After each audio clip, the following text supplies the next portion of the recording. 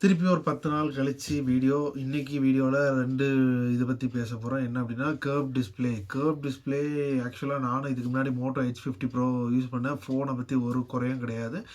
நடுவுல ஒரு அப்டேட்டுக்கு அப்புறம் ஒரு சின்ன சாஃப்ட்வேர் இஷ்யூனால கொஞ்சம் ப்ராப்ளம் ஆயிருச்சு. அதுக்கப்புறம் இந்த டிஸ்ப்ளேக்கு எந்த ஒரு டெம்பரும் ஒட்ட முடியல. ஒட்டுனா டெம்பர் நல்லா இல்ல. இல்லன்னா டஸ்ட்டு இதாகி டிஸ்ப்ளேக்கும் டெம்பருக்கும் நடுவுல டஸ்ட் ஃபார்ம் ஆகி இதாகுது. கர்வ் கிளாஸ் கரெக்ட்டா இல்ல. யூவி போட்டு ஓட்டுனா அதுக்கு ஒரு பிரச்சனை. இந்த மாரி ஏகப்பட்ட பிரச்சனை இருக்கு. நான் எங்க கடையில இருக்கும்போது நான் நெறைய பேர் கர்வ் டிஸ்ப்ளே எடுத்துருக்கேன். நான் ஒருத்தரோட ஒட்டுன டெம்பரா இருக்கட்டும், இல்ல அப்டின்னா அந்த ஸ்க்ரீன் புரொடெக்டர் அன்பிரேக்கபிள் மெம்பரேன் அப்டின்னு சொல்லி ஒண்ணு ஒட்டுவாங்க. அந்த மெம்பரேன் வந்து நாலா பக்கமும் தூக்கிட்டு நிக்கும். இப்ப இதுக்கு ஏதாவது சொல்யூஷன் இருக்கா அப்படின்னு கேட்டா, இல்ல. அவங்க குடுத்திருக்க புரொடெக்ஷனே நல்லா தான் இருக்கும். ஆனா, அது ஒரு கட்டத்துக்கு மீறி அதோட கெப்பாசிட்டிக்கு மீறி போகும்போது அது உடைய தான் செய்யும். ஏன்னா, நான் நெறைய பேர் சொல்லி கேட்டுருக்கேன்.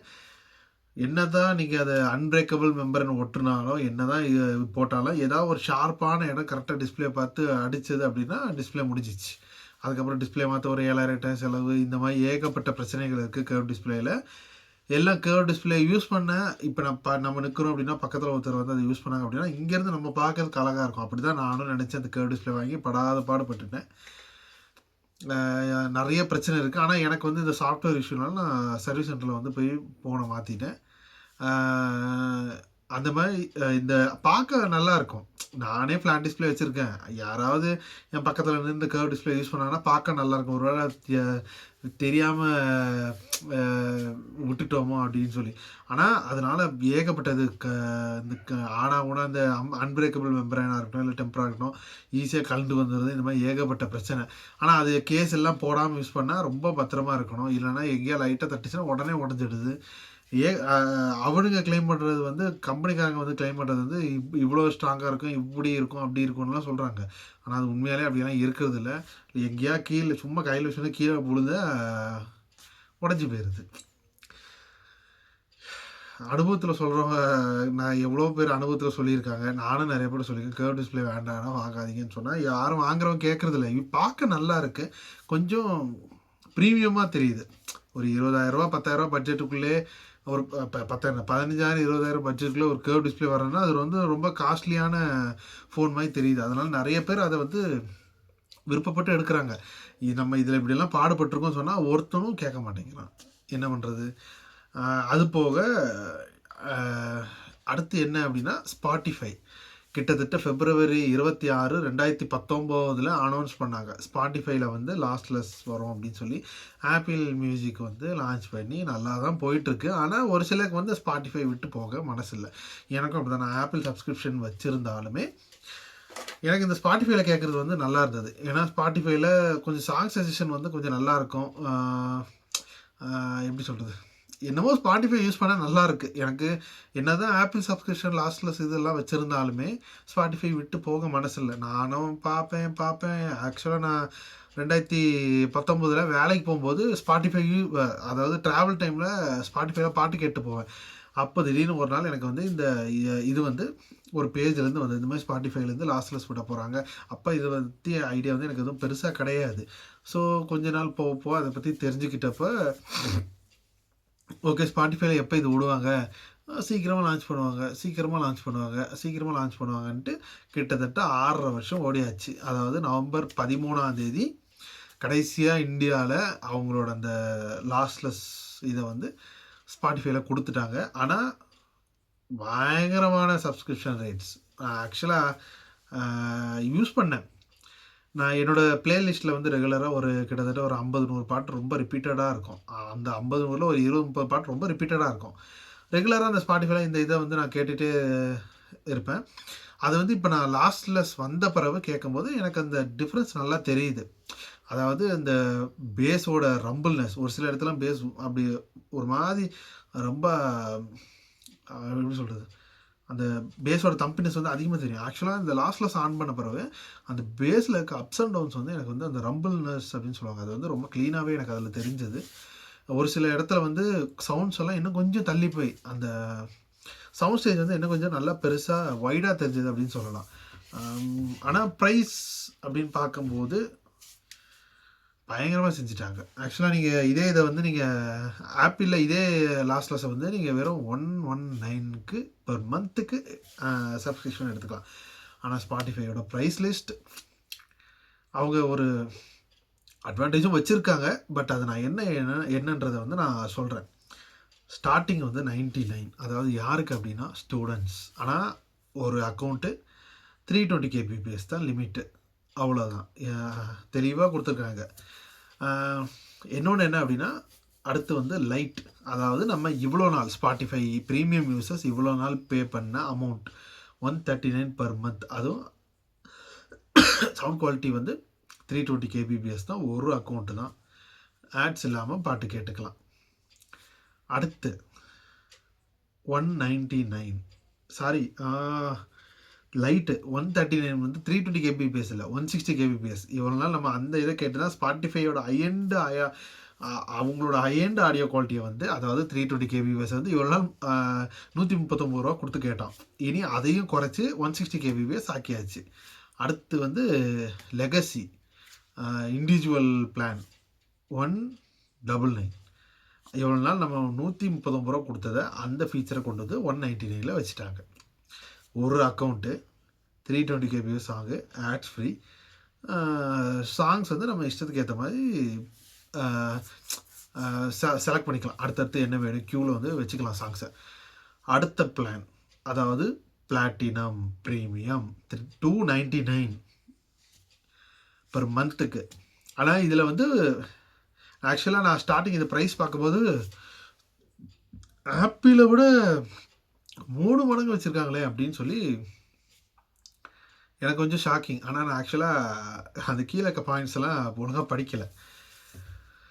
என்ன எப்பயும் போல் இருக்கிற எல்லா ஃபீச்சர்ஸும் கொடுத்துருமா அப்படின்ட்டு விட்டாச்சு. ஆனால் யூஸ் பண்ணிட்டு இருக்கும்போது சரி வேறு என்ன பிளான்னா இருக்குது அப்படின்னு பார்க்கும்போது தான் நான் இதையும் கவனித்தேன்.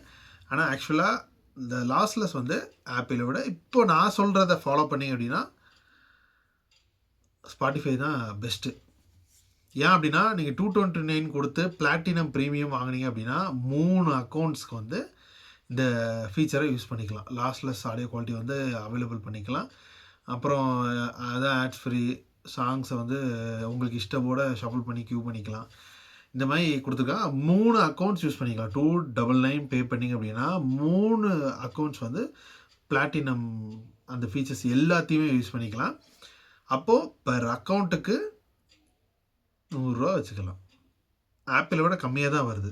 நீங்கள் 3 ஃப்ரெண்ட்ஸ் இருந்தீங்க அப்படின்னா 3 பேருமே ஷேர் பண்ணி இந்த பேக்கேஜை எடுத்தீங்க அப்படின்னா உங்களுக்கு வந்து ஸ்பாட்டிஃபை தான் நீங்கள் கொடுக்குற காசுக்கு ஒர்த்தாக இருக்கும். நிறைய பேருக்கு நானுமே ஆப்பிள் மியூசிக் ஸ்பாட்டிஃபை மாறி மாறி யூஸ் பண்ணுவேன். என்னென்ன ஆப்பிள் மியூசிக் யூஸ் பண்ணாலும் ஸ்பாட்டிஃபைல கேட்கும்போது அதை யூஸ் பண்ணும்போது ஒரு திருப்தி இருக்கும். அது எத்தனை பேருக்கு அப்படி ஃபீல் பண்ணுறீங்கன்னு தெரில எனக்கு. பட் அதுதான் சாட்டிஸ்ஃபைங்காக இருக்கும் ஸ்பாட்டிஃபை யூஸ் பண்ணுறது தான். பட் அதில் லாஸ்ட்லெஸ் வந்தது வந்து எனக்கு சந்தோஷம் தான். இப்பயும் அதான் சொல்கிறேன், ஸ்பாட்டிஃபை பிளாட்டினம் யூஸ் பண்ணுங்கள். நீங்கள் 139 கொடுத்து இல்லை 199 கொடுத்து இண்டிவிஜுவல் வாங்குறதுக்கு 3 பேர் சேர்ந்து 300 போட்டு எல்லாருமே பிளாட்டினம் யூஸ் பண்ணுறது வந்து ஒரு பெஸ்ட்டான ஆப்ஷன் சொல்லலாம். நீங்களும் யூஸ் பண்ணி பாருங்கள். எனக்கு தெரிஞ்சு நீங்கள் 139 199லாம் கொடுத்து இப்படி இந்த 320 kbps 160 kbpsலாம் கொடுத்து அதில் கேட்டு காசை வேஸ்ட் பண்ணுறதுக்கு உங்கள் ஃப்ரெண்ட்ஸ் 3 பேரை கூட்டு சேர்த்துட்டு இப்போ பிளாட்டினம் பேக்கேஜை வாங்கி நீங்கள் யூஸ் பண்ணிக்கோங்க.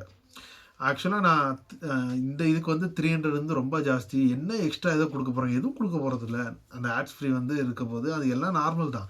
அப்போ ஆப்பிள் பெஸ்ட் அப்படின்னு தான் நான் ஸ்டார்டிங்கில் நினச்சேன். சரி ஓகே இந்த வந்தோட முடிச்சிட வேண்டியதான், யார் 300 ரூபா கட்டியெல்லாம் கேட்க போகிறா அப்படின்னு சொல்லி ஒரு யோசனை ஸ்டார்டிங்கில் வந்தது. ஆனால் நான் இதை கவனிக்கலை, இந்த 3 அக்கௌண்ட்ஸ் வந்து யூஸ் பண்ணிக்கலாம் அப்படின்ட்டு. ஆக்சுவலாக அது தெரிஞ்ச பிறகு என்ன கேட்டால் ஸ்பாட்டிஃபை தான் பெஸ்ட்டு. வேறு என்ன, ஆமாம் இன்னொரு சின்ன அட்வைஸ், இது வந்து டெக் இதெல்லாம் கிடையாது. நான் ஒரு சில விஷயத்த வந்து கவனித்தேன். யாரை ஒரு சிலருக்கு வந்து சொல்லலாம் அப்படின்னு நினச்சேன். இதில் டெக் ரேட்டெல்லாம் இல்லை.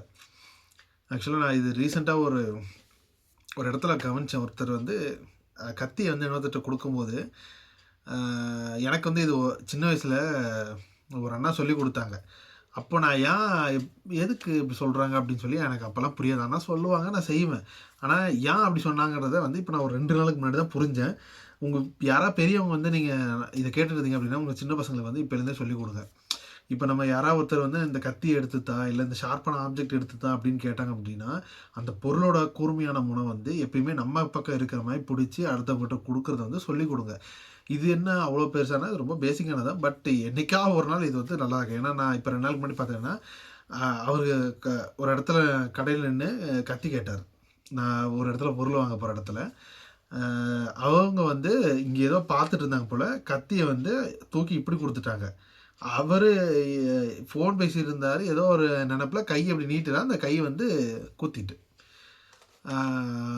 நம்ம அவங்க கத்தி கேட்கும்போது நம்ம தான் கொடுக்குறோம். நம்மளுக்கு காயம் ஏற்பட்டால் அவங்க எதாவது வாங்கும்போது எதாவது லைட்டாக கட் ஆச்சுன்னா அது வேறு. இது நம்ம தப்பாக கொடுத்து அவங்களுக்கு இது நம்மளால அடுத்தவங்களுக்கு வந்து அந்த மாதிரி காயக்கிறது வந்து அந்த மாதிரி தேவையில்லை. அதனால் இந்த பழக்கத்தை வந்து பெரியவங்க சின்ன வயசுலேருந்து இந்த மாதிரி பழக சொல்லிக் கொடுங்க. யாராவது கத்தி எதாவது கேட்டாங்க அப்படின்னா அதோட கூர்மையான முனையை வந்து நீ பிடிச்சி அதை அந்த பிடிப்பு இருக்க இடத்த வந்து அவங்களுக்கு கொடு அப்படின்னு சொல்லிக் கொடுங்க. இது நான் சொல்லணும்னு நினச்சேன். ஏன்னா நான் இப்போ அதுக்கு 2 நாளுக்கு முன்னாடியெல்லாம் இந்த வீடியோ போடுறதை இதை நான் சொல்லியிருக்க மாட்டேன்.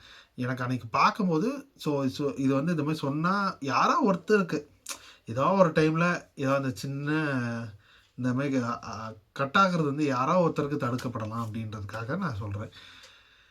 நீங்களும் இருந்தீங்க அப்படின்னா நீங்களும் ஃபாலோ பண்ணுங்கள். சின்ன பசங்களுக்கும் இந்த மாதிரி சொல்லிக் கொடுங்க. ஏன்னா இது டக்குன்னு வராது. எனக்கும் ஸ்டார்டிங் சின்ன வயசில் வந்து நான் இந்த மாதிரி அந்த அண்ணன் சொல்லும் போது நானும் இந்த மாதிரிலாம் ஸ்டார்டிங்கில் எடுத்ததுலாம் வராது. ஆனால் இப்போ நான் யாராவது கத்தி கேட்குறாங்க அப்படின்னா உடனே எனக்கு அந்த அண்ணா தான் மைண்டில் வருவாங்க. நான் அதை வந்து உடனே கத்தி என் சைடில் அந்த ஷார்ப் இதை வந்து என் சைடில் பிடிச்சி தான் நான் கொடுப்பேன். கத்தின்னு இல்லை, பென்னு எந்த ஒரு முனை வந்து கூர்ப்பாக இருந்தாலும் அதை வந்து நம்ம சைடில் பிடிச்சிட்டு கொடுக்க பழகிக்கோங்க. சரி, அடுத்த ஒரு வீடியோவில் பார்க்குறேன். நான் அடுத்த ஒரு வீடியோவில் ஒரு நல்ல கண்டென்ட் இருக்குது. ஒரு டீட்டெயில்ஸ் ரிவ்யூ தான். டைம் இருந்தால் நான் இந்த வீடியோ முடித்த உடனே அதையும் ரெக்கார்ட் பண்ணி நான் அப்லோட் பண்ண பார்க்குறேன். இப்போ வெளியே என்ன ஒர்க் இருக்குன்னு எல்லாம் பார்த்துட்டு அடுத்த வீடியோவில் பார்க்கலாம்.